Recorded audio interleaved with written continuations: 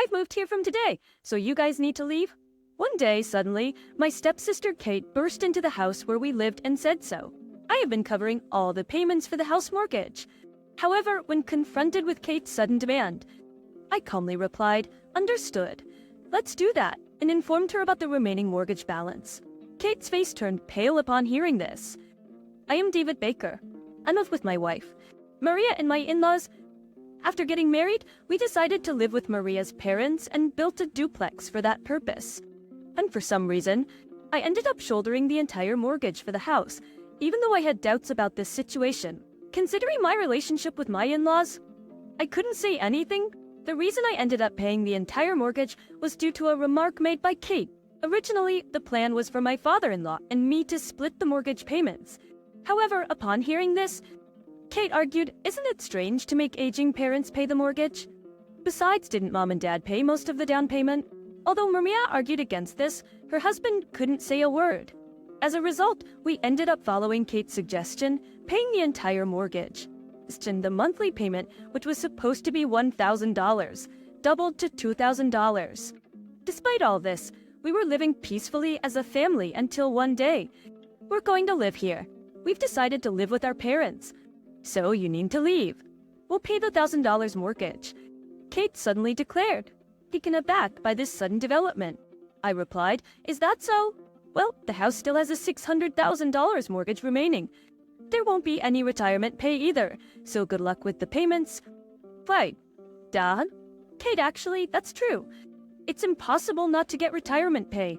Kate was shocked to learn that she would now have to shoulder a substantial mortgage. "Wait, but this is a big house. Shouldn't paying just $1,000 per month be enough?" "No, that's not possible. I've always been paying $2,000 per month." "Wait, but wasn't Dad supposed to pay for this house? There's no way he would make his beloved daughter bear the entire mortgage, right?" "Right. I'm retiring soon. It will be difficult to pay from now on." "Wait, that's not what we agreed on." "All right. You can continue to pay the mortgage as usual. That way, we can live here." Being asked to continue paying the mortgage even though we're being kicked out, I couldn't understand her logic. Then Maria stood up and started arguing. "Wait, Kate, how can you suddenly come here and tell us to leave? I can't believe it." "It's okay, Maria. We should leave. Let Kate handle the mortgage payments. After all, it was tough for me alone to pay that amount." I calmly reasoned with Maria. Hearing this, Kate frantically tried to stop us. "Are you planning to run away without paying the mortgage you signed for? I won't pay the mortgage for a house I don't live in. After all, Kate, you were the one who initially said to make me pay the mortgage, right? It's strange to make the elderly father-in-law pay, isn't it? It's only natural since we live together, even though we're not family. And even family. Are you saying I'm not family?" Shocked by Kate's words, I couldn't help but ask her back. "Isn't that obvious? You're just a stranger who married my sister. I've never thought of you as family. Yet you lived in this house, so it's only natural that you pay the mortgage?" It seems she considers me a complete stranger. Or is that so? Well, if I'm not family, I don't need to live in this house anymore. So I don't need to keep paying the mortgage, right? That's a different matter. I'm sorry, but I don't understand what you're saying, Kate. Because Dad is retiring next month. And we thought he would get a lot of retirement money. That's why we decided to move in. We thought the retirement money would make the monthly repayments lighter. That's why it's different from my plan. Your reliance on father-in-law's retirement money from moving in has nothing to do with me. Since you said you would pay the future mortgage, we'll be leaving. I didn't say I'd pay. I thought it was just a payment of $1,000 per month. And now you're leaving. Why didn't you tell me earlier that there was no retirement money? Were you hiding it from me? Talking about father-in-law's retirement money isn't something I should bring up. If necessary, he would have discussed it beforehand. Hiding it wasn't something for me to discuss in the first place. The month. Then there would be no problem. Wait a minute. There's no need for that. After all, you're the one who took out the mortgage. It's natural for you to pay it back, isn't it? Kate is endlessly greedy when it comes to money. I had heard a bit about it from Maria, but I never imagined it was to this extent. If we were to continue living here, of course, it would be natural for us to pay the mortgage, but there's no need to pay if we're leaving. Wait, why are you so arrogant? Understand your place? Of course. I understand my position. Then why can you say such things? It's unforgivable that you all hid from me about the absence of retirement money. Then the father-in-law spoke up. Kate always makes a fuss about money, so I didn't tell her. I knew she would start nagging like this if it came to money matters. Even her own father, the father-in-law, seemed troubled by Kate's obsession with money. That's why he hadn't discussed retirement money at all. You talk about money, but there's no money anywhere, right? Because there's no retirement pay, right? So where's the money? Do savings. That's why I thought there was no need to tell Kate anything. Why won't you tell me anything? There's no way I can pay a $600,000 mortgage. Then how about we call off living together? If that's the case, please leave this house. Why can you take such an attitude? I've already moved here. I've left my previous house and can't go back. But I have no intention of paying such a huge mortgage. That just sounds like your whim. Hey, you don't want to pay the mortgage, but want to live in this house, right? Yes, because I am family. It's only natural for us to live together. What's wrong with that? What's wrong? Everything you're saying is strange. How about living here for $1,000 a month then? If you agree to that, I might consider helping with the mortgage repayment. What's with that condescending attitude? Keep paying the mortgages you have been. If that's not possible, then find a house for me to live in. Why should I need to do such a thing? If it comes to this, maybe it's better for you and take to leave this house. But I've nowhere to go if I leave here. Don't make me repeat the same thing. We are going to leave, so if you can pay $1,000 per month, you can stay here for a while. We will go to my parents' house, so please leave as soon as you find a place. Why do I have to look for another place to live when you guys are leaving? It's fine if you guys just leave. So, you're saying you will pay the entire mortgage for this house from now on? I already told you, that's impossible. Fine, I'll leave when I find a house. You're going to pay for the moving costs, right? Why should that be the case? Please take care of that yourself. My plans are all messed up now. I wish we could have discussed such an important matter properly.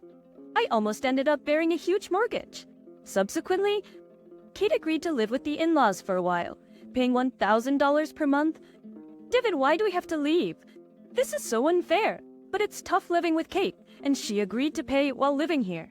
I think my parents will let us stay for about 2 months. Miss poor sister, staying at your husband's parents' house must be uncomfortable and difficult, right? You can stay in this house if it's just you. Why are you so arrogant? Living with David's parents is much better than staying with a sister like you. Mary couldn't contain her anger at Kate's selfish attitude. However, it seemed her words didn't reach Kate. What? I'm just offering a suggestion. Sister, are you brainwashed by him too? $1,000 a month? Come. Well, I was planning to pay that from the start, so it's fine. Look, if you say anything more bad about Maria, I'll increase the amount you need to repay. What's with you suddenly raising the price? That's just extortion.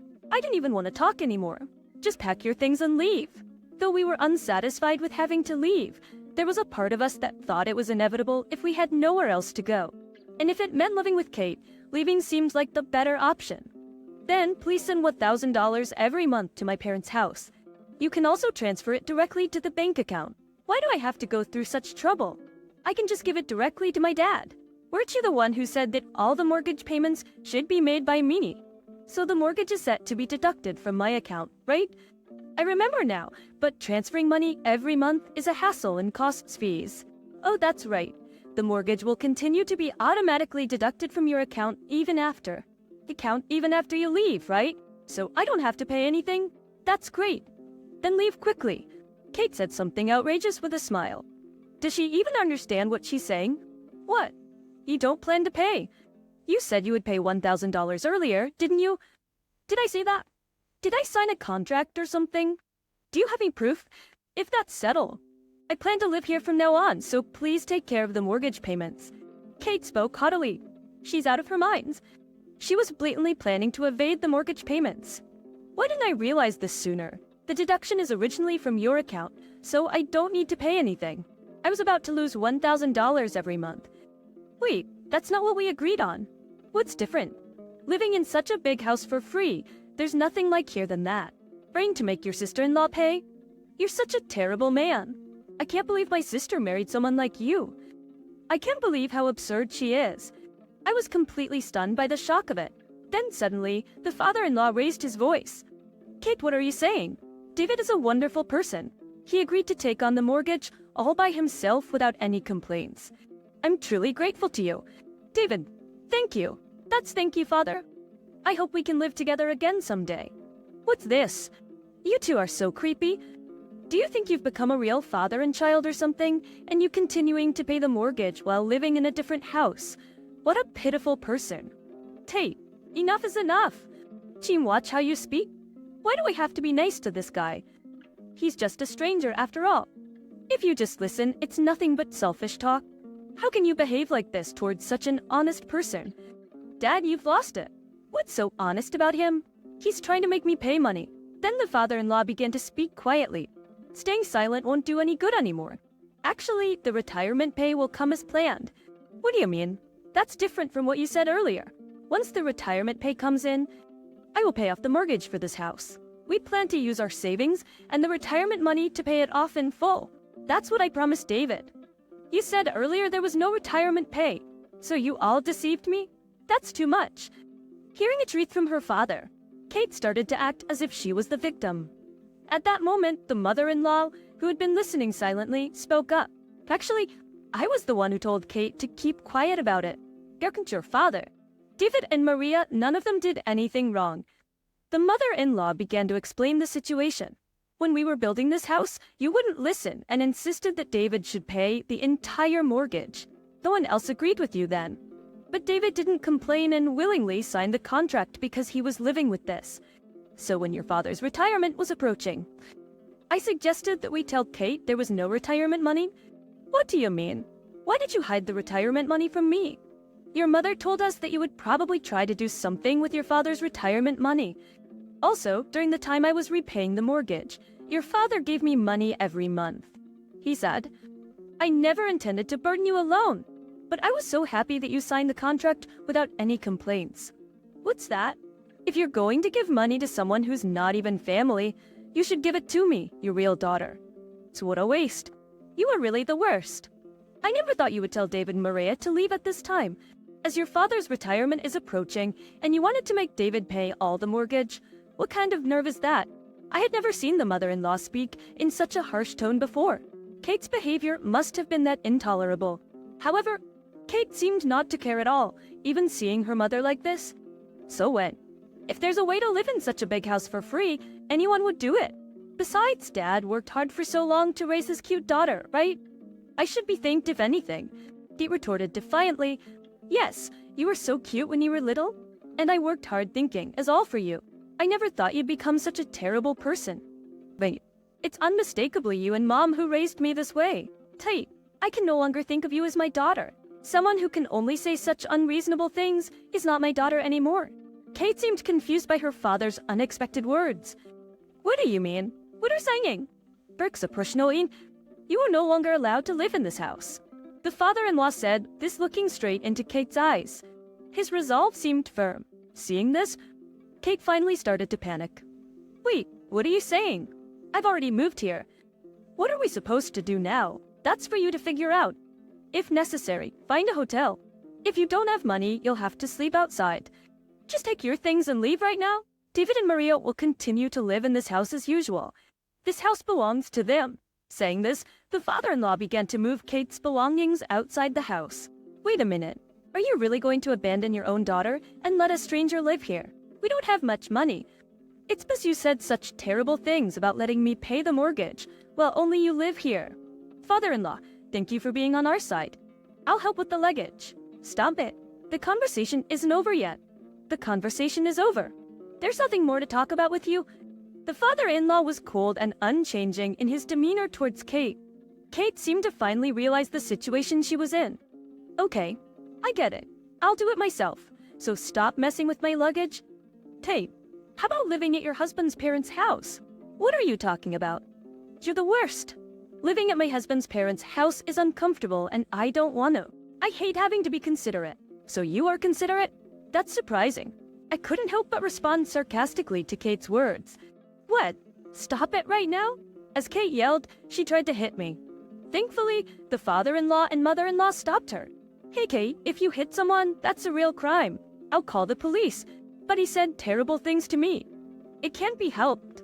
Your attitude is terrible. Why are you so obsessed with money? Because you can't live without money, right? Sure, money is necessary. But you've always been too reckless with it. That's why you always get into financial troubles. I'm sick of you relying on our money." The father-in-law spoke sternly to Kate.